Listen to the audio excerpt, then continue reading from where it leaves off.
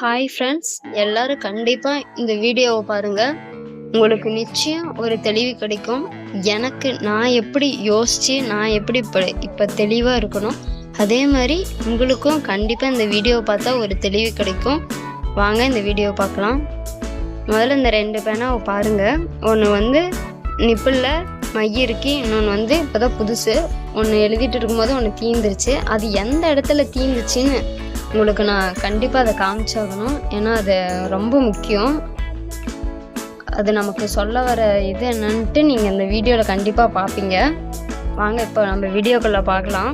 இப்போ இன்றைக்கி நம்ம எடுத்துக்கிற தலைப்பு என்னன்னு பார்த்தீங்களா, நமக்கு நடந்த அல்லது நடக்காத விஷயங்கள்.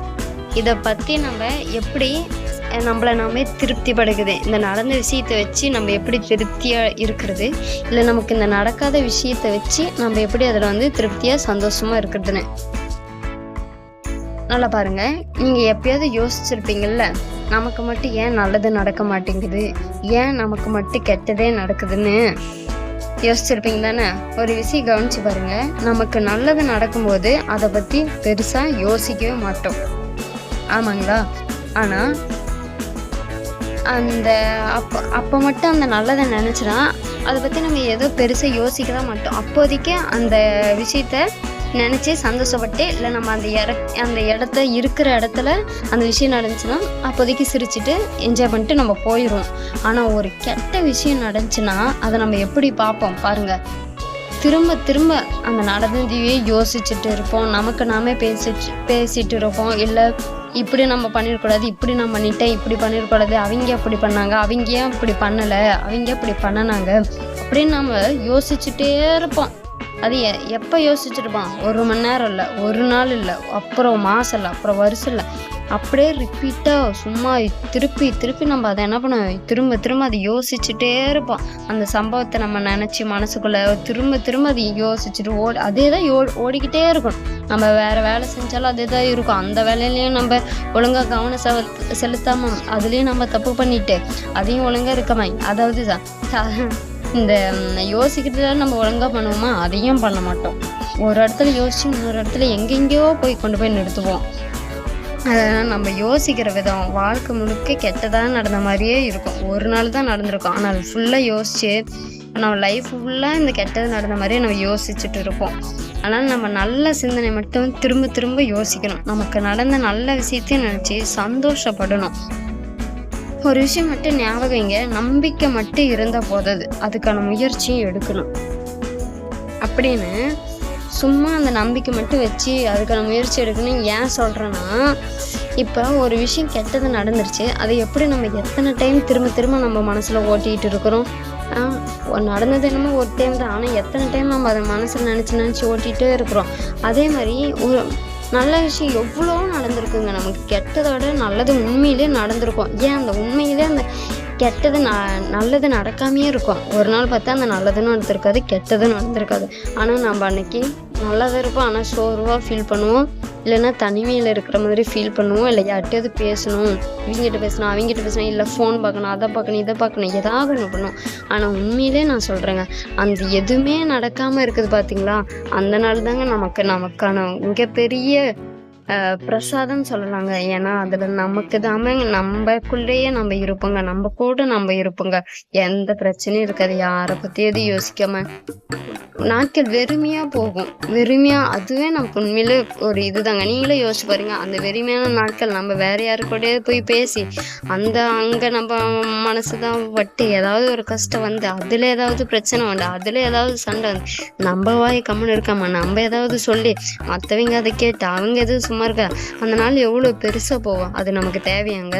அதுக்கு அந்த நாட்களை எதுவும் நடக்காமையே இருக்கலாம். அதுதாங்க நமக்கு ரொம்ப நல்லதுங்க. அப்புறம் இதுதாங்க நம்ம மிகப்பெரிய ஒரு முன்னேற்றத்துக்கு நமக்கு மிகப்பெரிய அப்போதைக்கு ஒரு சிந்தனைக்கு இதுதாங்க. என்னன்னு பாருங்க, நம்மளோட சிஎம் அவர்கள் யாரு, தமிழக வெற்றி கழகத்தின் தலைவர் அண்டு நம்ம சிஎம் விஜய் அவர்கள் எத்தனை டைம் அவர் சிஎம் ஆகிறதுக்கு முன்னாடி இருந்தே அவர் ஒவ்வொரு மேடையிலையும் பேசும்போது அவர் என்ன சொல்லுவார், ஒவ்வொரு இடத்துலையும் அவர் என்ன சொல்லுவாருங்க, லாஸ்ட்டாக முடிக்கும் போது கான்ஃபிடென்ட்டாக இருங்க, நம்பிக்கையோடு இருங்க, வெற்றி நமதே அப்படின்னு சொல்லுவார். ஏன் அவர் சொல்றாரு, அவரும் நம்பிக்கைங்க, நம்ம மேல அவர் வச்சிருக்க நம்பிக்கை, அவரு மேல வச்சிருக்க நம்பிக்கை, இதெல்லாம் சேர்ந்து அவர் என்ன பாசிட்டிவா, அதாவது நல்லா நல்ல விதமா அவர் யோசிச்சு தான் இதை சொல்லியிருக்காரு. அதனால இப்ப அவர் என்ன இருக்காரு, நம்ம தமிழ்நாட்டின் முதலமைச்சராக இருக்கிறது. அது மாதிரி தாங்க நம்மளும் நம்ம மேல நம்பிக்கை வச்சிடும். நான் ஜெயிப்பேன், எனக்கு இந்த நல்லது நடக்கும், எனக்கு இது கிடைக்கும் அப்படின்ட்டு நம்ம நம்பணும். நம்ம நம்புறது மட்டும் இல்லை, அந்த நம்பிக்கையோட சேர்ந்து அதுக்கான உழைப்பும் நம்ம கண்டிப்பா போடணும். கண்டிப்பா நம்ம அதை போட்டாதான் அது நமக்கு கிடைக்கும்.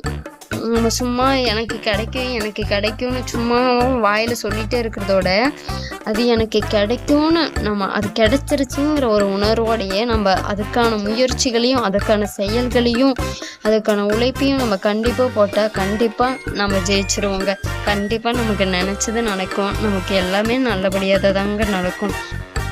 நம்பிக்கையை மட்டும் தொடர்ந்து விட்டுறாதீங்க, நல்லதாக தாங்க நமக்கு நடக்கும். இப்போதாங்க வீடியோ கடைசிக்கு வந்துட்டேங்க. நான் ஃபஸ்ட்டு ஆரம்பிக்கும் போது சொன்னேன் அந்த 2 பேனாவை பார்த்துக்கங்கன்ட்டு. அது என்ன ஒரு அதிசயத்தை பண்ணியிருக்குன்னு மட்டும் இப்போ நீங்கள் பார்க்க போகிறீங்க. இதெல்லாம் நான் எழுதி முடிச்சுட்டு யோசித்து இப்படியே எழுதிட்டு இருக்கும்போது, என் மனசுலேருந்து எழுதிட்டு இருக்கும்போது, கடைசியாக அந்த பேனா எங்கே வந்து தீந்துருக்குன்னு பாருங்கள். எங்கன்னு தெரியுதுங்களா? வித்தியாசம் உங்களுக்கு தெரியுதுங்களா? மைக்கு எங்கே தீந்துருக்குன்னு கரெக்டாக பாருங்க. எங்க இந்த கடைசி லைன் பாருங்க, அந்த ஒரு வரிய பாருங்க. ஒரு தவறான விஷயத்த செஞ்சுட்டு அதை எப்படி திரும்ப திரும்ப யோசிக்கிறதுன்னு விட்டுட்டு இனி நல்ல விஷயங்களை நம்ம சந்தோஷப்படுற மாதிரி நாட்களை நினைச்சு நிம்மதியா இருங்க. இந்த ஒரு பேரால பாருங்க, ஒரு தவறான விஷயத்த செஞ்சுட்டு டூ போடும்போது பாருங்க அந்த பேனாமை தீந்துருச்சு. அப்ப இந்த பிரபஞ்சம் என்கிட்ட என்ன சொல்ல வருதுன்னு என் மனசப்படி நான் புரிஞ்சிருக்க பாருங்க.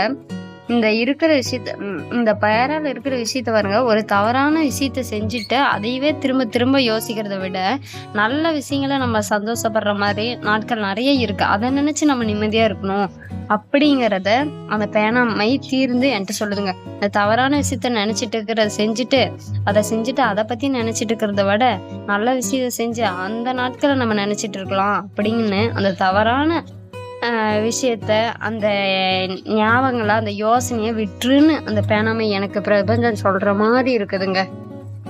அவ்வளவுதாங்க.